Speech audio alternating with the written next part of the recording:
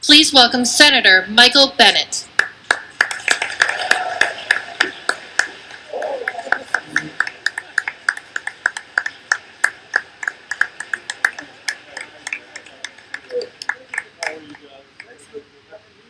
Thank you very much. Good morning, everybody. Thank you to the speaker for her incredible leadership. I'm Michael Bennet from Colorado. Thank you for having me, Mr. Chairman. Thank you for letting me speak first.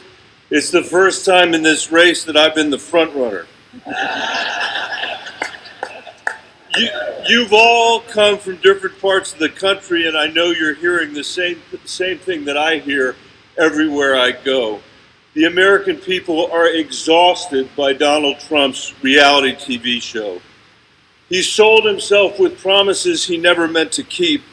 Then he created a politics of endless chaos to distract the American people from his abysmal record. Democrats, it falls to us to hold him accountable for that record.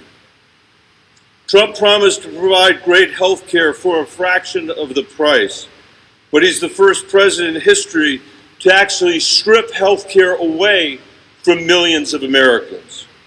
He promised the workers in the Mahoning Valley in Ohio that he was cutting taxes on the middle class. But on the night he passed his tax bill, he went down to Mar-a-Lago and told his friends, "You all just got a lot richer." Trump promised to build the greatest infrastructure on the planet Earth, the roads and railways and airports of tomorrow. But he hasn't even written an infrastructure bill, much less passed one. Trump said trade wars are great and easy to win. But who do you think has the longer attention span? China or Donald Trump? Trump said the world is laughing at us. But this week alone, he canceled a trip to Denmark when they told him he couldn't buy Greenland. He called himself the King of Israel and said Jewish people that vote for a Democrat have a total lack of knowledge or great disloyalty. He told a group of veterans that he wanted to give himself and his sorry bone spurs the Medal of Honor. The only thing Trump has earned is a one-way ticket back to Mar-a-Lago.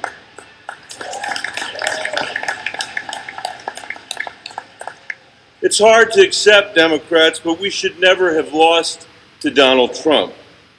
But we did. And now in the most important election in our lifetime, we have to make sure we don't lose to him again.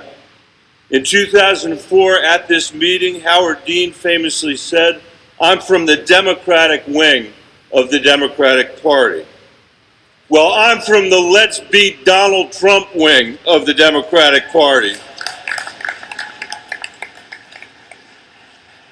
And I'm running for president because I refuse to let my children's generation be the first generation of Americans to inherit less, not more opportunity from their parents. Because we need to get rid of ideologues in Washington like Betsy DeVos and those who deny that climate change is real. Because kids belong in classrooms, not cages.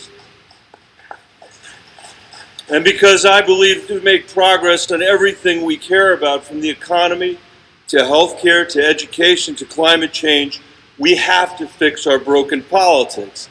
And I know how.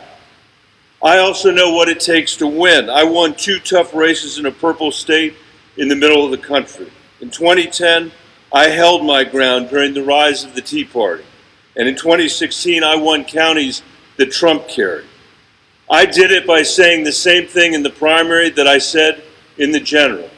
The same thing in urban centers that I said in rural areas. By meaning what I said. And I've always said what I meant. And by standing by my vote in 2010 for Obamacare, even as other Democrats ran away from it.